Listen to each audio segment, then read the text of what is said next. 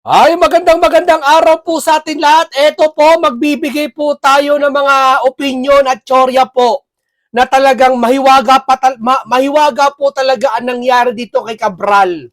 Dahil alam naman natin po, nung sa ICI po, iimbitahan to nung December 15. Hindi sa alam na dahilan kung ba't hindi pumunta. Ngayon, napapabalita yung may-ari daw ng hotel ngayon na binenta na dating may-ari ay si Cabral, binenta niya sa nagangalang Eric Yap na nagduduktong-duktong na po yung kwento na ang pinakapunto dito, sige, pagpalagay natin na matay talaga si Cabral, no? Sige, isakyan natin na o hindi namatay man o hindi.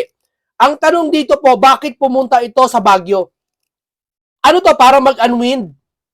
Pupunta ka sa napagkalayo-layong lugar, hindi mo atabahay to, ha? Siguro, baka wala lang tirahan dito. O nasa Metro Manila ka banda, ha? Hindi ko sigurado. Pero pupunta ito para mag-unwind.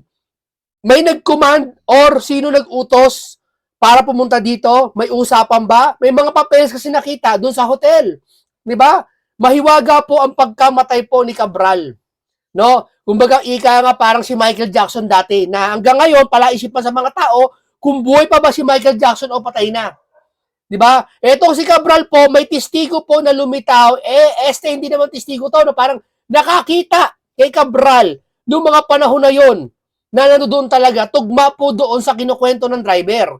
Pero nakapagtataka lang po sa driver na to, no, sinuri ko maigi, sa akin lang to, huwag niyong paniniwalaan na. Ang tsorya po is isang bagay na sa akin lahat di pwedeng paniwalaan, pero nasa sa inyo, no? Pero bago po yan, tanungin ko muna kayo ba naniniwala talaga na walang kinalaman ng driver sa nangyari kay Cabral?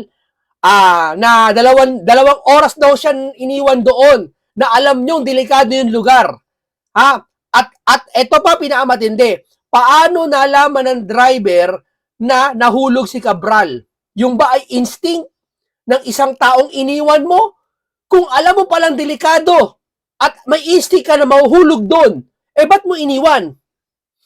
Di ho ba? Walang pinagkaiba yan dun sa isang delikadong may cobra. Alam mong tutuklawin ka, pero dumaan ka pa. Nung dumaan ka, natuklaw ka, alam na alam mo kung ba't ka natuklaw. Kasi dumaan ka. Pero dito, kung alam mo palang delikado ang lugar, bakit mo iniwan si Madam ng 2 hours yata? At napakalayo. Sinearch ko sa Google. Ang layo po ng kanyang destinasyon. Mula dun sa hotel na kanyang kinalalagyan sa Ayon Hotel. Nasa 2 hindi lang 2 kilometers eh. Napakalayo. Mabagal pa sakyan doon kasi Cannon Road yun. Hindi yun isang highway na diretso. Isang pagganong-ganon yun na daanan. Alam nyo naman ang Cannon Road. Ang alam ko sa Road 54 na may malapit si gasoline station na kalagitnaan ng Cannon Road. Ibig sabihin, malayo dun sa Ayon Hotel. Kung lalakbay mo yung Ayon Hotel, mga 2 hours yun. O mga pagpalagay mo ng mahaba, 1.5 hour. Pero hindi sapat na para umuwi ka doon, bumalik ka. Sa akin lang, hindi ko pa itutudahan na, nagtataka lang ako, nahihiwagaan po ako sa nangyayari ngayon. Na nag-iisip ako kagabi pa na kung ano ba may ambag ko sa Pilipinas. Kaso hindi po pwede kasi hindi naman ako investigador, no? Kaya ginagawa ko, tsorya na lang. Dito ay kwentuhan na lang. Hindi ko siya sabing maniwala kayo sa kwento ko. Sa akin, tsorya lang to. Huwag kayong maniniwala. Na? Umaga, nag-iisip ako, anong paraan mo sa isang tao para mapapunta mo sa lugar na to? May meeting ba kayo sa Baguio? O paiinumin mo, meron bang gamot na pinaiinom sa isang tao para sumunod? Halimbawa, pinainom kita sa isang baso, no? Sa isang baso, pinainom kita, no? Sa isang baso. Hindi mo alam. Gamot. May ganun bang gamot na pag sinabi ko, nakainom ka na. After 5 hours, pwede ko sabihin, tumalong ka sa building, ha? Tatalong ka? May ganun bang gamot na mapapasunod mo yung tao? Nag-search ako, wala daw ganun eh. Wala eh. Maliban na lang kung ikaw ay lulong sa, alam nyo na, sa pulburon. Maaaring mag-trigger yung tinatawag na suicidal thoughts. Pero sinearch ko, hindi pa rin daw eh. Hindi sapat eh. Kahit nakaganong ka eh. Maliban na lang kung may problema ka sa pamilya, at talagang ikaw ay may tama sa pag-iisip, pagpalagay natin na may schizophrenia ka, no? May tsansa, may bipolar, no? May ganun. na pwede kang mautusan na udyo ka, tumalong ka dyan ha, ma'am, iwan kita dyan, tumalong ka mag-isa dyan ha, pwedeng ganon. Pero nakapagtataka, kaya tinatanong ngayon ng otoridad po, lahat ng dumaan po sa Cannon Road ng bandang alas 7 yata hanggang alas 11 ng gabi, or mas ano pa sa hapon, ano sa mga otoridad para makita po kung ano talaga nangyari. May tumalong ba? Tumayo ba si Cabral? Di ba? Kasi sabi ng babae ito, sa testigo na to, nakita daw si Cabral, no? Na nandiyan daw, may nalakad sila, yung nakapula, tumutugma naman sa sinasabi ng driver. Pero yung iba naman, duda sa driver. Kaya nga, di ba siya ang person of interest? Di ba? Kasi niya, ako man, sa sarili ko, walang foul play sa kanila. Pero sa sarili ko, may malalim ako naiisip, pero huwag niyong paniniwalaan, tsorya lang ha. Baka kagatin ng otoridad to, siya sabi ko. Tsorya lang to, tsorya lang. Ayoko magbitiw pero bibigyan ko kayo ng mga hint lang. Sabi ko nga, sa sobrang issue na to, bilyon-bilyon ang pinag-uusapan. Ha? Bilyon-bilyon. Dati kasi, ako naghinta ko eh. Yung pagkamatay ng isang broadcaster hindi ko sasabihin kung sino. May isang broadcaster na kung saan, sikat siya, namatay siya. Wala naman akong kinalaman doon. Pero sa aking taglay na kaisipan, nag-isip ako magdama. Kasi paborito ko yan eh. Yung mga ganyan, yung mga puzzle-puzzle. O, kung makikita mo yung bahay ko, may mga puzzle-puzzle eh. Mahilig ako sa mga chess. Mahilig ako sa palaisipan. Bakit nandito to? Bakit may ganito to? Saan gagawin to? Alam mo yon? Pag yung sa bahay ko nga, may isang dahon na nalaglag sa bakurang ko. Na hindi ko dahon, hindi naman dahon ng puno ko. Nagtataka ako saan galing eh. Saan galing tong dahon na to? Nag-iimbestiga ako saan galing. Hindi naman malakas ang hangin. Ba't napunta to dito? Pinag-aaralan ko kung bakit saan galing yung dahon. Di ba? Ganun po, nasanay po ako. Yung dati po sa broadcaster po, sabi ko, imbestigahan nyo po yung, wala malaman kung sino pumatay sa broadcaster eh. Hindi alam kung sino eh. No? Nag-idea ako pero hindi pinakinggan. Hindi nila sumikat yun eh. Vlogger na ako noon, sabi ko, imbestigahan nyo, wala kayong mahanap na testigo, ay na kung sino tumumba dyan. Ako, sa akin lang, magkaano ako ng hint. Tignan nyo sa bilibid. Yeah? Baka inutusan niya isa sa mga bilibid. Nag-utos dyan. O, di ba pumutok yung balita, doon niya galing yata yung mastermind siya sa bilibid. Hindi ko sigurado ayan ang balita eh. Alam niyo na kung sino tinutukoy ko. Di ba? Wala ko alam doon pero batay sa kaisipan ko, wala mahanap kung sinong di sa bilibid. Sa akin lang yun Okay, eto. Para makasiguro kayo na talagang, kasi sabi, ikikremate daw. Pakinggan niya natin ulit si Remulla. Ito, pakinggan niya natin. Dali Ikikremate daw kasi. Ito. Pakinggan niyo pamilya, diba? Kaya galit na galit talaga ako. I-recommend ko talaga na ulitin ko sa inyo i-relieve na yung provincial director at saka yung UBA chief of police. Yung cellphone, sir. Wala Yung cellphone na pumayag na yung asawa, pagkatapos doon ng cremation, bibigyan niya na yun. Pagkatapos ng cremation, ibibigay yung cellphone. Kasi di ba nga sabi ni Libiste, hindi ibibigay yung bangkay hanggat yung cellphone di binibigay ng pamilya dun sa otoridad. Ngayon, sabi dito, ibibigay yung cellphone pagkatapos ng cremation. Pero nakapagtataka lang dito, ba't relax si Remulla? Dapat mandatory yan eh. Ipapapamanya-manya nyo na naman katulad sa Blue Ribbon. Saka nakapagtataka. Ngayon lang kayo magkakandak ng investigasyon, nang hinayang kayo kay Cabral. Nung nabubuhay pa yan at may kaalaman na yan, dapat doon pa lang po. Sinabi nyo na bigyan ng state witness, bigyan ng protection yan. Dahil yan mga yan, delikado buhay yan. Sabi niya ni Panelo, ang paa niya nasa kabilang hukay na. Hindi ho ba? Maski ang diskaya eh. Sa tingin mo, sa dami ng galit dyan, ng mga flood control, binabaha, sa tingin mo, walang babanta niya kahit isa? Wala naman ako sinasabi meron, pero mabuti na yung maingat ka. Di ba? Isipin mo na, sa dami-dami ng tao, may tinatamaan pa ng kidlat. Di ba? Sa laki-laki ng dagat, may nagkakabanggaan pang barko. Hindi mo masasabi. Hindi mo masasabi ang pagkakataon eh. Di ba? Pag ikaw na ang nandiyan sa sitwasyon na yan. Kaya dapat madaliin mo. Hinihintay mo pa makremate? Bago isoli yung cellphone, ngayon na isoli ang cellphone dahil importante yan. Diyan nakasalalay ang cellphone ng bilyon-bilyon ang halaga niyan. Di ba? Maaari. Ngayon sabihin mo pagkatapos ng cremation, at take note ha, cremation. Pinakita yung kabaong ni Cabral, hindi natin alam kung makikita yung mukha niya, no? Pero, ang duda ng iba, pagkakabaong daw, hindi yata bubuksan yata, sabi ng mga nasa comment section, hindi ko alam. Ikikremate, sabi niya, ikikremate eh. Siya nagsabi, oh. Pagkatapos ng cremation, isoli yung cellphone. 2 butas. Ihintay yung, kailan, kung i-cremate siya sa isang taon na, sa January 1 na, doon pala isosoli yung cellphone. Kailangan na yung ng cellphone. Kung baguhin niyang, basagin niyang cellphone, sabihin na wala. Sabihin na basa, nadurog, nasunog. Dapat niya mo na kunin yung cellphone. Tama, mali. Di ba? At yung cremate na yan, kailan magaganap yan? At hindi namin nakita yung katawan. Hindi kami satisfy. Hindi ko siya sabi hindi namatay si Cabral, ha? Ang sa akin lang, para satisfy kami, sabi ko nga lagi, ipakita niyo yung katawan, pakita niyo na talagang si Cabral yun. Di ba? Parang wala eh. Parang bang, pati ba naman pagkamatay, sikreto pa rin? Pati ba naman pagkamatay, misteryo pa rin sa amin? Yung blood control lang nga, misteryo kung sinong big fish eh. Hanggang ngayon naman ito, misteryo pa rin sa amin to. Di ba? Dumago tayo dito, mga kaibigan, dito sa ating testigo. Ang naobserbahan ko, bakit palaging nagminor ang mga sasakyan. Tapos sinilip ko, nung naubos na yung mga nakapit.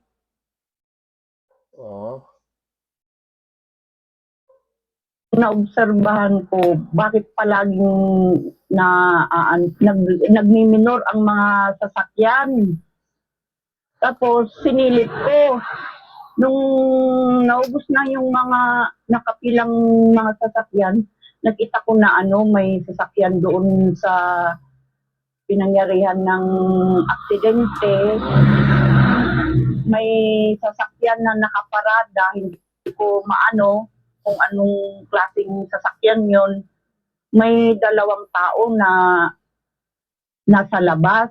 Yung lalaki, kasi nakapantalon, di lalaki, short hair. Okay. Nakatayo, kaharap niya yung isang tao na nakaupo sa... Tugma to sa driver. So, ibig sabihin, ang huling kasama niya talaga, driver. Tugma rin sa selfie na to. Nag-selfie yung driver. So, ibig sabihin, tugma talaga. Ang nahihiwagaan lang ako, 2. Anong ginawa sa Baguio ba't pumunta dyan? Kasi yung pumunta dyan, syempre, nakandak na tong pagkatambay dyan sa Cannon Road. Tama? Pangalawa, ba't alam ng driver na nahulog? Na kung ganun pala, kung alam niya nahulog yon, may instinct siya na nahulog yon, natural na tao, dapat alam din ng driver na hindi niya iniwan amo niya na nandoon sa Cannon Road. Tama? Hindi ko sisisi ang driver, pero nagtataka lang ako. Barandillas. Babae po yun, ma'am. Siguro, Ano pinaka-essence ko dito? Kasi gusto ko sagutin yung iba eh. Gusto ko sagutin yung mga nagko-comment eh. Alam mo ba, o sige, pumunta kayo sa comment section, hindi sa akin, sa ibang page ng Facebook. Tignan nyo yung mga comment section tungkol dito kay nanay, tungkol sa mga kay Cabral. Tamo, iisa yung tulog nila. Tulog iisa yung tono nila. Buhay pa yan. Di ba kita nyo? Huwag kayong gumawa ng kwento, iisa tono nila. So, yun ang akin sinasagot. Pero hindi malinaw ang akin sagot. Kasi nga, hindi naman ako investigador eh. Ang sa akin lang, tsorya lang. Na maari yung Vox Populi kasi yun eh. Sabi nila Vox Populi, Vox Pelide, yung parang voice of the people, voice of the God. Parang ganon, yeah? Ibig sabihin, duda yung sambayan ng yung intelihente ng mga tao lamang, kanilang budhi. Kasi minsan, alam mo, ang puso, minsan, nagsasalita yan ang kusa sa ating sarili. Minsan, ang puso nakakakita ng bagay na hindi nakikita ng mata. Tatandaan niyo yan. Kahit ang bulag, nakakakita yan. Ano ang ginagawang pangkita niyan? Yung puso nila. Hindi siya literal nakakakita, no? Pero yung puso nila nararamdaman, yung sitwasyon. Eh dito marami nagsasabi na maaaring buhay. Hindi ko siya sabing buhay ha. Sila na nagsasabi. Ngayon gusto namin malinawan, makita naman lang bago i-cremate. Sabi ni Rimula, i-cremate pagkatapos ng cremation, solo yung cellphone eh. So ibig sabihin, i-cremate. Ano, hindi namin makikita. Aba, hindi ba natin sabi, baka haka-haka na iba, buhay to. Di ba? Kasi kasagsagan ng issue sa blood control eh. Ang pinag-uusapan nito, hindi naman milyon eh, bilyon at mga propolis na sangkot. Mapapulong man yan o DDS o mapa-loyalista man yan. Basta ang sangkot dito, marami insertion. Walang imposible, mga kaibigan, sabihin ko sa inyo. Kung ang iniisip nyo, munting kaalaman, napaka-imposible naman siya sabi nyo talaga. O sige, kung imposible pala siya sabi ko, bakit itong flood control na to, hindi nyo inaasahan na may kurakot palang ganito kalaki? O imposible rin to dati noon na kung noon mo iisipin to, meron bang flood control na billion pala. Isipin mo. Di ba? May diskaya pala. O, di ba? Pero ang pinaka-usapan na to, ilabas at ipakita yung bangkay. Yung muka, makita namin kung siya ba yun. Di ba? At yung mga resulta ng DNA, ipakita. Di ba? Pag may resulta, mga insertion, pinapakita sa Facebook di ba? O pag may pirma nga yung senador na pumirma siya doon, o yung congressman, di ba, pinapakita, ipakita nyo rin yung DNA test result para makita namin yung pirma doon ng sinong doktor ng nag-DNA, nag-laboratory. Para yung doktor na yon, may mga otoridad na iba nakikilos, tatawag sa doktor, i-confirm yung ba talaga yun, patingin ng laboratory. Di ba? Babae siguro yun kasi hindi ko maano kasi maliit na babae. Mahaba yung ganyan. Parang ganyan. Yun lang naman. Yun sa mga past 8 siguro yun ng umaga. Natatandaan mo kung anong kulay yung sasakyan. Basta hindi ko maano kung basta dark. Dark. Hindi dark na black. Ito yun. Basta as lakas yan, ang DJ, nasa Kulay. pwede siguro kasi yung asawa ko, nakita niya rin yung sasakyan na yan, nagparada doon sa gasolinahan, lampas ng gasolinahan. Tama. Nakita niya, inaano niya yung sasakyan kasi sabi niya, sino ba itong tao, sasakyan na ito? Sino ang may bisita? Napansin niya. Kasi bumili ng sigarilyo. Nakita niya yung driver na bumaba, nakachinelas. Kaya nang gabing yon, inanong niya yung sasakyan at saka yung tao, sabi niya, ito naman yung nagparada doon sa Yun lang. Ma'am, natatandaan mo kung anong kulay ng damit na nagtambay dito ng umaga? Red. Yung sa babae. Parang yung Hawaiian design niya, hindi ko maano yung yung eksaktong kulay, kung red o pink. Sa babae. Yung nakaupo sa barandillas. Pero yung sa lalaki, ma'am, Red. eh, yung babae nakaharap dito sa Hindi, nakatalikod. Ay, nakaharap dito sa mountain side. Tapos yung lalaki, nag-uusap lang ganito. ayun, yun lang po. Yun lang ang nakita ko. Hindi mo na nakita na bumalik yung sasakyan. So, ibig sabihin, kay nanay, naikwento niya ng detalye. So, ibig sabihin, obvious na obvious yung ginawa ng dalawa na nag-usap talaga. Tama? Obvious na obvious talaga. At hindi, at siguro, matagal na si nanay dyan sa lugar na yan, naikwento niya ng buo. Ibig sabihin, first time na nangyari, o hindi man first time, rare na may nangyayari na may nagtambay dyan sa lugar na yan. Kasi kung normal na may nagtatambay dyan, hindi niya ikukwento yan eh. Hindi niya mapapansin yan eh. Ganun yun eh. Aba, araw-araw meron dyan sa Cannon Road nakatambay. Pakialam ko dyan, normal yan talaga, nagsa-sightseeing lang yan, nag-unwind yan. Ibig sabihin, naikwento ni nanay, ika nga, agaw pansin. Ibig sabihin, ngayon nila nakikita halos yung may nagtatambay dyan. Tama? So, ibig sabihin, totoo talaga, nandiyan sila. Ang pinakamalaking tanong, nung nandiyan sila, oo, sige, nandiyan sila. Paano nalaman ng driver na nahulog? Question ko lang yon. Pangalawa, ano to? Baka naman sinasabi ng iba, publicity lang to.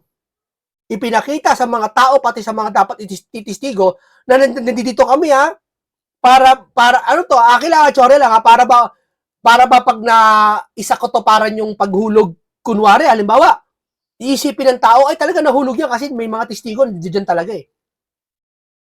Walang kinalaman yung mga testigo at sa mga selfie na to. Tandaan nyo, walang kinalaman yan. Tanggalin nyo muna yan. Kasi baka isipin nyo, ay, totoo naman talaga nahulog siya kasi ito may mga picture, oh. Oh, andyan siya, oh. Pwede kasing gawin, pinicturean lang yan. Halimbawa, huwag niyo paniwalaan ako, baka pakagatin nyo ako, ha. Akin lang yon, chore lang yon. Pwedeng pinicturean lang yan kung talagang plano para makita sa susunod. O ito, talaglag talaga kasi nagpa-picture mo lang, doon talaga eh. Para isipin ng tao, magkaroon ng kaisipan, nahulog nga. Eh, paano kung di nahulog? Yun ang malaking tanong. Kaya sabi ko eh, may mga, hindi ko napanood may mga pangyayari sa history ako nababasa. Sana wag naman ito na yung palit bangkay na tinatawag. Sa mga morgue ginaganap yan. Marami kasi, ito, totoo to, may mga nakikinig dyan ng mga morgue, na funeral, may mga bangkay na hindi na kiniklaim minsan. Tama, mali. Diba? Hindi alam kung sino ka mag-anak nun. Minsan namatay sa kalsada, dinala sa morgue. Ang nagpapalibing minsan barangay eh. Tama, mali. Sino ka mag-anak niyan? Wala. Minsan binubuo na lang. Nililip. Alam mo yun, may maraming ganyan. Totoo, hindi. Oh, pwede ka, maraming ganyan. Kahit may lahat ng puneralya, may karanasan ganyan, lagi. Hindi alam kung kayo ng bangka yun. Kadalasan sa mga pulube, hindi, okay, may mga kamag-anak na unclaim. Okay, may mga siya na lang natitira sa kamag-anak niya, nilimot na siya, namatay siya, walang magkiklaim. Natagpuan kung sinong bangkayok, babae, pwedeng kumuha doon, pwede ilagay sa kabaon, pwede sabihin, si ganito to, si Juan yan, namatay na. Yung pala, nag-escape lang ng Pilipinas. Fake death kung tawagin. Hindi natin alam eh, hindi ko sasabihin sila, nagkukwento lang ako, maaaring may mga ganun kasi pangyayari. Di ho ba? Kaya i-check niyo yung mga morgue kung mayroon bang nag-claim na bumili na bangkay, maliban nila kung binayaran yung morgue. Hindi natin alam, ha? I-check nyo. Hindi na. Kasi ang ano ko, baka nagde-date lang, ganun, nagse-selfie. Mga anong oras mo napansin na wala ng tao doon? Hindi ko na alam kasi hindi na ako lumabas. Hindi na ako lumabas na Kailan simula na siya. Okay. Ito, panoorin natin yung lalaki ulit, ha? Yung lalaki. Gusto ko mapanood yung lalaki. Gusto ko mapanood yung lalaki. Sandali, hindi yan. Gusto ko mapanood yung lalaki. Ito. Saan? Napanood na natin to pero ulitin ko sa inyo. Para talaga hanapan natin ng butas kung meron o wala.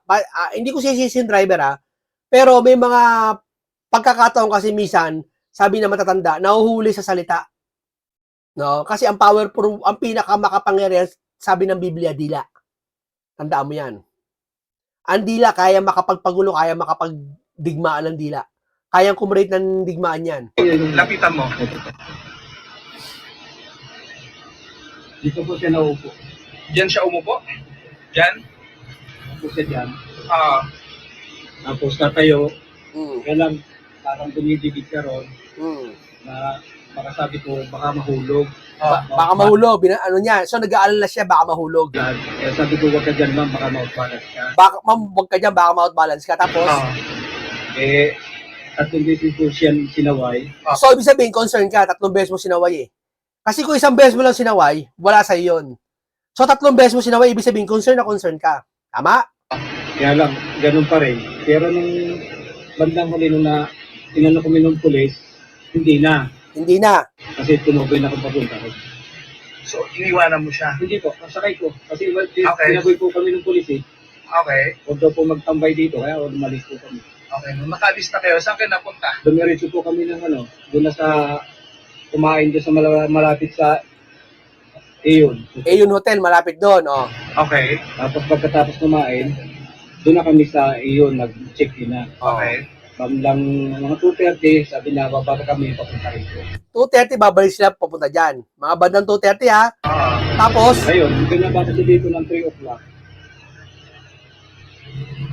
Baba, sinilip ko pa. alas 3 daw ata, buwaba sila dyan. So, 30 minutes lang pagitan. Ang layo po ng Route 54 doon sa Ayon Hotel na malapit. 2 kilometers yun, mahigit yun. 4 to 5 kilometers yun. Hindi aabot yan 30 minutes ang biyahe doon. Lalo sigsag ang daan.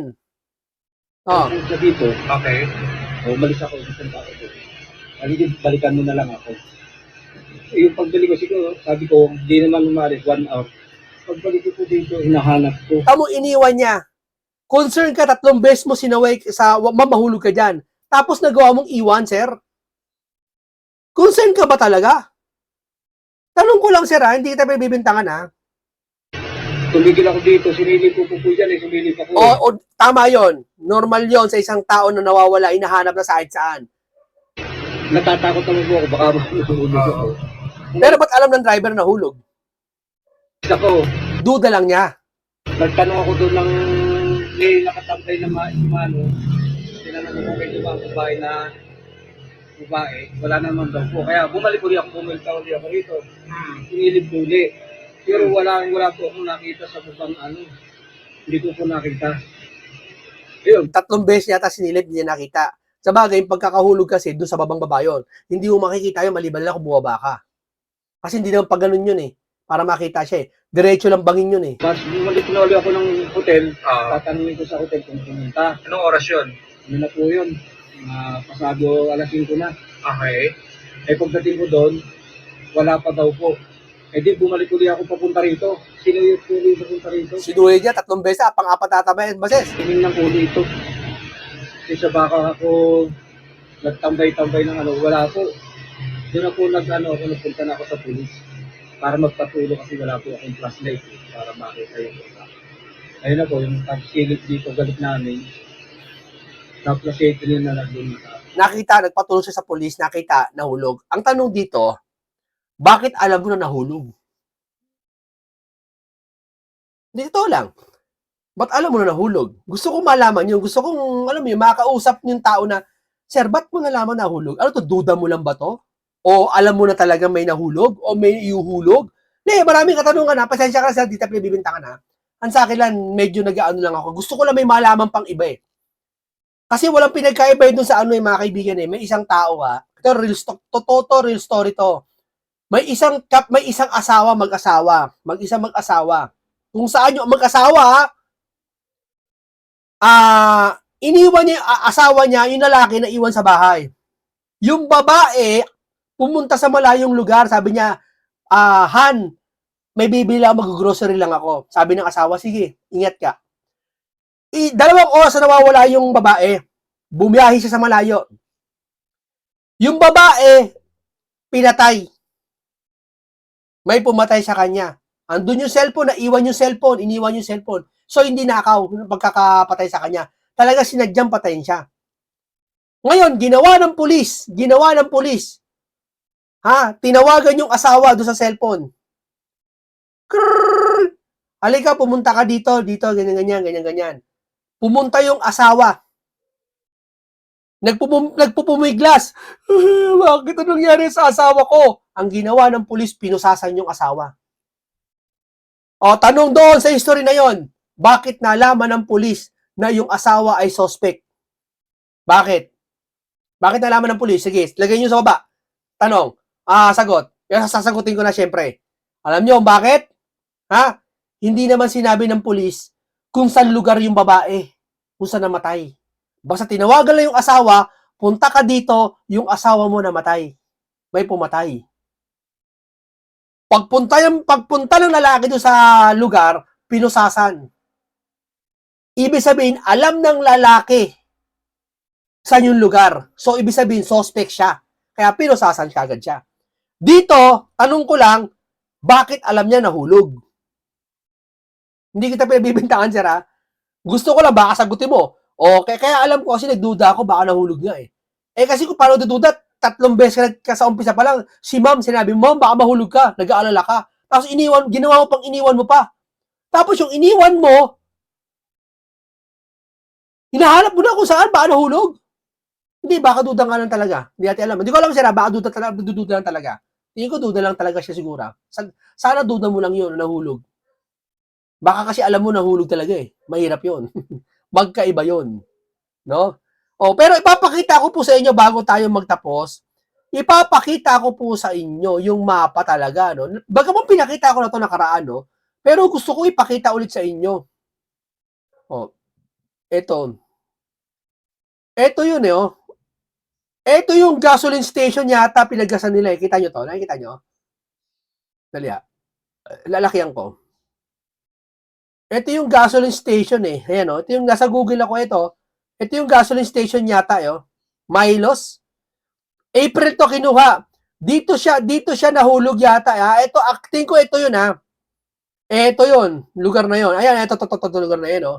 Ito, dito mismo. Dito nahulog si Ma'am Cabral. Ito, kita niyo yan? May araw, ha. Ito, dito sa bangin na to. Diyan nahulog, ayan, oh. Dito umupo si Cabral. Andali, hindi. Urong pa, dito. Yeah, diyan nahulog si Cabral. Dito, banda rito, ha. Itong araw, nakita yung araw, ito to. Dito umupo si Cabral. Kita niyo yung puno na to? Ito pa rin yung puno, oh. Dito umupo si Cabral. Dito. Ayan, to. Kita niyo to? Yung araw. Diyan umupo si Cabral. Diyan nahulog sa baba. Doon. No, nahulog. No. Hindi kalayuan yung gasoline station, nakita nyo? Nilakad ko lang dito ng Google. Ayan, oh. Hindi kalayuan yung gasoline station na pinaglaglagan niya. So, sa madaling salita, ayan, oh. Ang lalim niyan. Sa picture kasi sa Google, makikita mo mababaw tignan. Pero 30 meters daw yan. So, ang 30 meters, dalawang poste. Ang taas halos. Diba? Talaga may kalagyan ka dyan. Pag ikaw nahulog dyan. Ayan, oh. Ito yung, makita nyo yung bato? Ito yung bato, oh, sa balita, oh. Andiyan dyan, oh. Ito talaga yung lugar na yon, no? Oh, ayan, oh. Ito yung sign na ano, na araw, oh. Ay, ang gasoline station ito, lalakad lang ako konti, at yung gasoline station, ano kalayo, ah. Oh, hindi ang kilometro. Konti lang, walking distance lang. Tama yung testigo, di ba? Nakita nila. May babae na kaupo. Baka yung bahay ng babae dito banda. Ito yung gasoline station niya, oh. Oh, iniwan mo ng ilang oras doon si madam. Nandito ka. Hindi ko alam kung dito mo iniwan nyo. Sabi mo dito, eh. Dito lang yung gasoline station nakita ko, eh. Ito, gasoline station to, eh. Oh, ayan, oh, may gas. Tagel. Ayan, oh, tagel, oh. Ito yung gas, oh. May nagpapagas talaga dito. Oh, nakukuha niyo yung punto ko, mga kaibigan. Ang lapit na sa pinangyarihan. Oh. Ito, oh. Oh. Iniwan mo si madam dito? Nang ganun-ganun na lang? Ayun, ini-stopan talaga to ng mga tao. Ayun, may mga nag-stop din, oh. Itong lugar na to, ini-stopan talaga siguro ng mga tao. Kasi maganda nga naman talaga, eh, oh. Oh, magandang lugar, oh. Oh. Pero, ang layo nito, mga kaibigan, tingnan mo, ha. Kakancel ko, ha. Diyan. Ito yung gasoline station. Ay, ito, kita nyo, to. Yan yung gasoline. Yan symbol ng gas na yan. Yan, oh. Diyan sila, oh. Diyan sila sa gas na yan. Ayan, yung gas. Daming gas na yan, ha. Yan, oh. Milo Gas Refilling Station, convenience store. Alam mo gano'ng kalayo yan sa Ion Hotel? Iaalataas ko, ha. Titigan nyo mabuti, ha. Ayun. La Trinidad. Ito, ganyan kalayo, oh. Yan, oh. Yung Route 54. Oh, ganyan kalayo. Dito ang Ion Hotel, banda sa gitna ng Baguio. Oras siya ng biyahe dyan. Ganyan kalayo, mga kaibigan. No? Okay, ito lahat. Tay tsorya ko lang, ha. Huwag niyong paniniwalaan to. Baka sabihin nyo, pinabibintahan ko yung driver, pinabibintahan ko sino. Hindi, ha. Basta, ikikremate daw to, ay hindi makikita mo ka, lalo magdududa ang taong bayan. Pag ginawa to, ikikremate na hindi na lang makikita. Dapat ipakita to. Iba. Tandaan nyo, pag isang bagay na hindi nakita, kahit sabihin mo, oo, nandito na yung bahay, nakatayo na. Pero kailangan talaga makita, may picture. Tandaan mo yan. Yan ang pinaka-hard copy sa lahat. Pwede mo sabihin na, oo, na-DNA na, asa na resulta. Pwede mo sabihin sa doktor, pumunta ka sa doktor, Dok, mababa na resulta ng laboratory test ko. Asa pakita mo? Hindi, Dok, basta mababa na nakita ko. Hindi, ipakita mo nga. Diba? Paano maniniwala sa'yo? Dapat may ebidensya ka.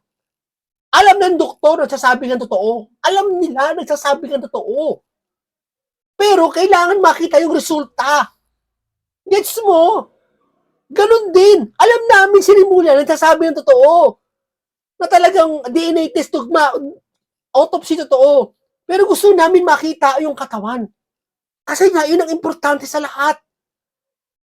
Taong bayan kami o nanghihingi ng transparency, oh. At bakit? Bakit yan nanghihingi ng transparency? Munti ka naman. Natural! Flood control issue to eh. Siya ang planning eh. Tama mali. Maman driver, tama mali siya sabi namin. Di ba? Hindi to private na tao. Wala kami pakialam kung private na tao siya. Pakialam namin dyan. Di ba? Public servant to na andyan na issue. Kailangan namin ng accountability, kailangan namin transparency. Hanggang sa kamatayan ba niya, tinatago pa rin? Ghost pa rin? Ghost project na, ghost pa rin yung interviewin? Di ba? Okay, ito, ganito lang po tayo. Paalam sa inyong lahat.